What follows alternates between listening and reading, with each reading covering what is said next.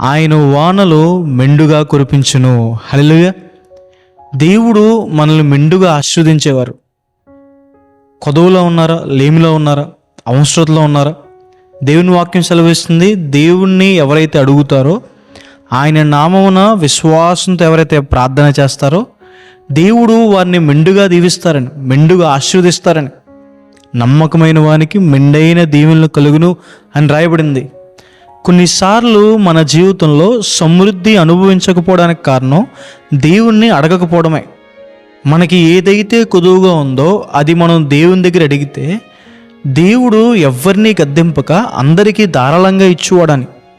జ్ఞానం కొదువై ఉంటే జ్ఞానం, పరిశుద్ధత కొదువై ఉంటే పరిశుద్ధత, సమాధానం కొదువై ఉంటే సమాధానము, ఆరోగ్యం కొదువై ఉంటే ఆరోగ్యము, ఐశ్వర్యం కొదువై ఉంటే ఐశ్వర్యము.